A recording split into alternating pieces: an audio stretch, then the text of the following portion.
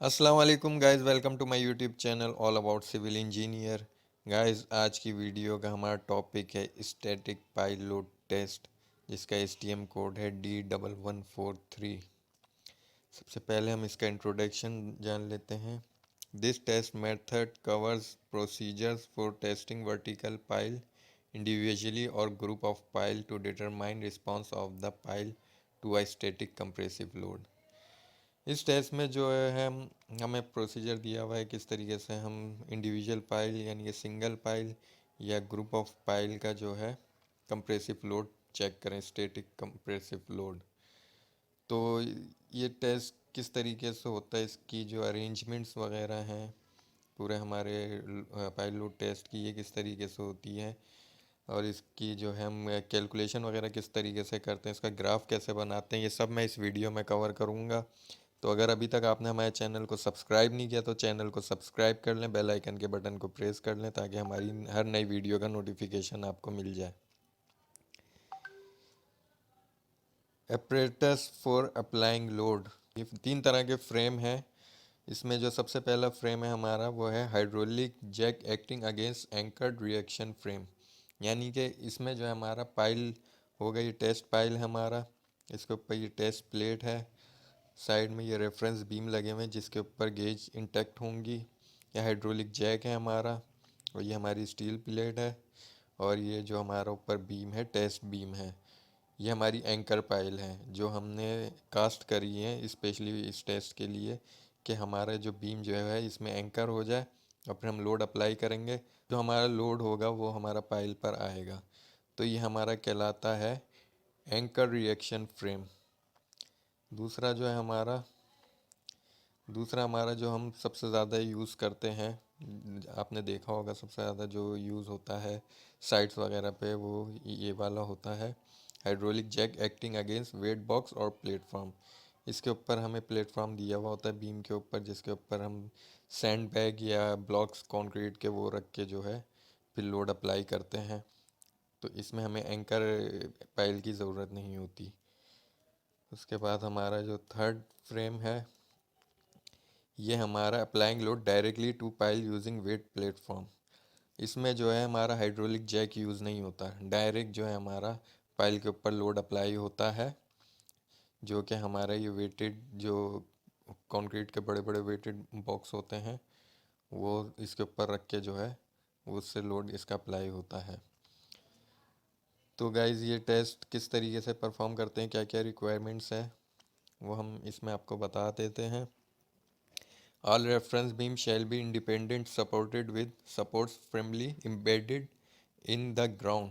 जो हमारा reference beam है और जो हमारी ये गेजेस वगैरह हैं ये सब मजबूती से इंटैक्ट होनी चाहिए, यानी कि बीम जो है हमारा ग्राउंड पर इंटैक्ट होना चाहिए, क्योंकि जब हमारा लोड पड़ेगा पाइल के ऊपर तो ये गेजेस ही हमें बताएंगी कि कितनी जो है डिस्प्लेसमेंट हो रही है पाइल में। तो अगर इनमें डिस्टरबेंस होगी रेफरेंस बीम में या गेजेस वगैरह में, तो ये आपका टेस्ट जो है वो सही परफॉर्म नहीं हो पाएगा। तो इस बात का आपने ध्यान रखना है, जो आपके रेफरेंस बीम है और गेजेस वगैरह वो इंटैक्ट रहें मजबूती से। At a clear distance not less than 2.5 metre from the test pile. जो आपका क्लियर डिस्टेंस होगा पाइल से और चारों तरफ से जो इसका आपका डिस्टेंस होगा वो 2.5 मीटर से ज़्यादा होना चाहिए। 2.5 मीटर या उससे ज़्यादा, उससे कम नहीं होना चाहिए, क्योंकि स्पेस भी चाहिए होगा, वरना वही डिस्टरबेंस की वजह से जो है आपके टेस्ट में एरर आ जाएगा। तो कम से कम 2.5 मीटर तक डिस्टेंस होना चाहिए।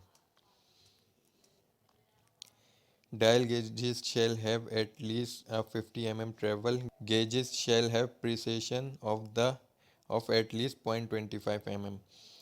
आपकी जो गेज होगी इसमें इसकी लिमिट जो है कम से कम 50 mm तक डिस्प्लेसमेंट आपको बता सके, इतना मतलब होना चाहिए इसका।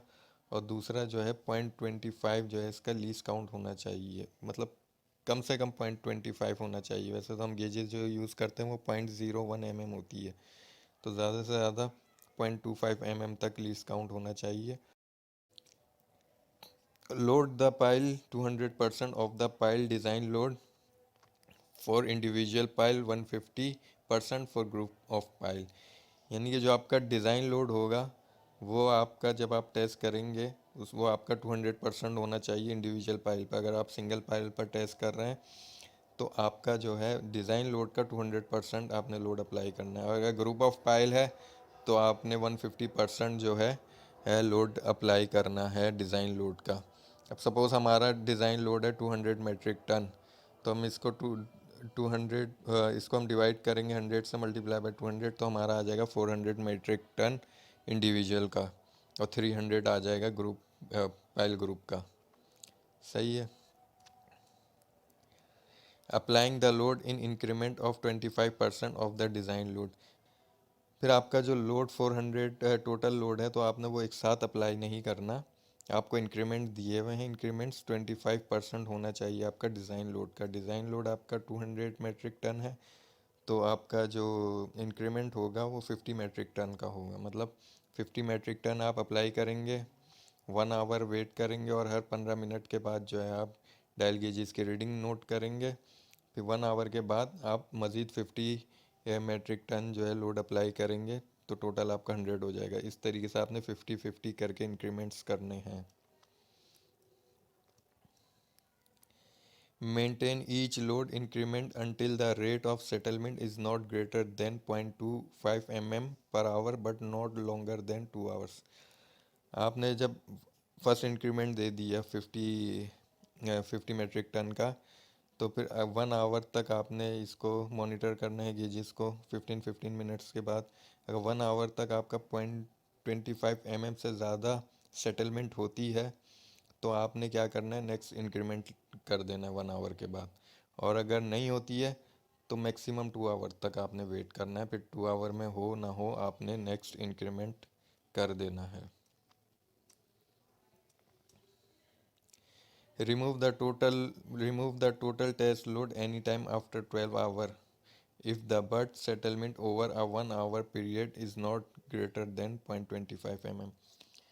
आपने 12 घंटे के बाद जो अपना टेस्ट को रिमूव कर देना है अगर आपकी सेटलमेंट 1 आवर में 0.25 mm से ज़्यादा नहीं होती तो।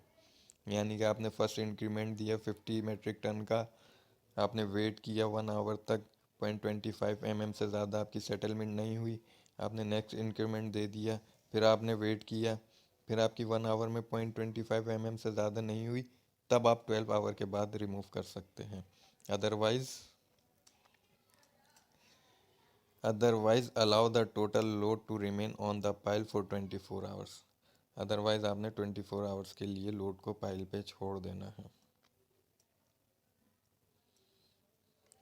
After the required holding time remove the test load in decrement of 25% of the total load with 1 hour between decrement। फिर आपने अनलोडिंग करना है यानी कि डिस्क्रीमेंट करना है। तो वो आपने कैसे करना है, वो आपने 25% के हिसाब से डिस्क्रीमेंट्स करना है। 25% टोटल लोड का, डिज़ाइन लोड का नहीं। तो टोटल लोड हमारा 400 मेट्रिक टन है तो इस हिसाब से हमारा 100 मेट्रिक टन आएगा। तो हमारा 400 तक हमने लोड दिया हुआ है, उसके बाद हम इसको ले आएंगे 300 पर, 1 आवर वेट करेंगे। उसी तरीके से 15-15 मिनट के बाद जो है हम डायल गेजेस की रीडिंग नोट करेंगे। 1 आवर के बाद हम इसको 200 मेट्रिक टन पे ले आएंगे, फिर रीडिंग नोट करेंगे, फिर 100 पर और फिर 0 पर। अब हमें इसके क्या क्या चीज़ें चाहिए होंगी टेस्ट के बाद। डिज़ाइन लोड हमें मालूम होना चाहिए कि हमारा कितना है टेस्ट लोड, हमें मालूम होना चाहिए डाई ऑफ पाइल कितना सेंटीमीटर है, डेप्थ ऑफ पाइल कितनी है, कॉन्क्रीट डिज़ाइन क्या है, कैपेसिटी ऑफ जैक हमारी कितनी है 500 metric ton, die of ram जो हमारे जैक के ऊपर का डाई होता है वो 20 सेंटीमीटर है, डाई ऑफ रैम मतलब एरिया ऑफ रैम, रैम का एरिया हमारा जो है 314.3 सेंटीमीटर स्क्वायर है। तो ये हमारे जो है फॉर्मेट होगा इस तरीके से। यहाँ पे हम लिखेंगे, मतलब हम 50 टन लोड देंगे तो उस हिसाब से हमारा जो जैक होगा, कितना हम प्रेशर देंगे तो हमारा 50 मेट्रिक टन तक लोड आएगा। तो वो हमारा जो है प्रेशर, उसका फॉर्मूला होता है हमारा pressure load divided by area. Load हमारा कितना है 50 टन का हम इंक्रीमेंट कर रहे हैं। 50 मल्टीप्लाई बाय 1000 kg में करने के लिए divided by area of RAM का एरिया जो है हमारा वो, तो ये हमारा आ गया 159.1 सेंटीमीटर स्क्वायर। तो ये हम इधर इतना प्रेशर अप्लाई करेंगे जैक पे तो हमारा 50 लोड हो जाएगा मेट्रिक टन। उसके बाद हमने यहाँ पे टाइम लिखना है कि कितने टाइम में हम कितने बजे हमने जो है लोड अप्लाई किया। उसके बाद हर 15-15 मिनट के बाद हम जो है गेजेस की रीडिंग नोट करेंगे। गेज हमारी कुछ इस तरीके से होती है, इधर देखें 0.01 mm है इसका एलिस काउंट। पूरा एक राउंड हमारा ही निडल घूमेगी तो हमारा 1 mm होगा। तो इस हिसाब से हम इसको जो हमारी गेज पे रीडिंग आएगी उस हिसाब से इसको नोट कर लेंगे। बाद में इसका एवरेज करेंगे और उसको 100 से डिवाइड कर देंगे तो हमारे पास mm में जो है एवरेज आ जाएगा। तो इसी तरीके से हम पूरा 1 आवर तक 15-15 मिनट के बाद रीडिंग्स नोट कर लेंगे। जो हमारी 1 आवर के बाद वाली रीडिंग होगी उसको हम लेंगे ग्राफ के लिए। फिर हम अपने नेक्स्ट इंक्रीमेंट जो है वो अप्लाई करेंगे और इसी तरीके से हमने 15-15 मिनट के बाद गेजेस पर रीडिंग नोट कर लेनी है। उसके बाद हम इसका ग्राफ बनाएंगे इस तरीके से। ये एक्स एक्सिस में हमारा लोड है मेट्रिक टन में और वाई एक्सिस में हमारा जो है डिस्प्लेसमेंट है। तो 50 टन पे हमारा आया था 0.35 mm। तो इसी तरीके से जो आपका आएंगे आप उस तरीके से इसको मार्क कर लेंगे और ये हमारा हो जाएगा लोडिंग का ग्राफ हो जाएगा। फिर अनलोडिंग का भी हम जो है इसी तरीके से मार्क करेंगे और ये हमारा हो गया अनलोडिंग का ग्राफ। उसके बाद अनलोडिंग हो गई हमारी। उसका डिस्प्लेसमेंट एट मैक्सिमम प्रेशर हमारा कितना आया है 4.05 mm। और जो हमारा रिजिजुअल डिस्प्लेसमेंट था यानी कि पूरा लोड रिलीज़ होने के बाद भी जो है उसमें पेनिट्रेशन थी 2 mm से ज़्यादा, तो वो हमारी है 2.12 mm। तो गाइज़ बड़ी डिफ़िकल्ट वीडियो है लेकिन बड़ी इंपॉर्टेंट वीडियो है कि किस तरीके से हम पाइल लोड टेस्ट करते हैं, उसका डेटा किस तरीके से रिकॉर्ड करते हैं हम और ग्राफ किस तरीके से बनाते हैं। सो आई होप आपको वीडियो अच्छी लगी होगी। वीडियो अच्छी लगी हो तो वीडियो को लाइक करें, चैनल को सब्सक्राइब करें। Thanks for watching.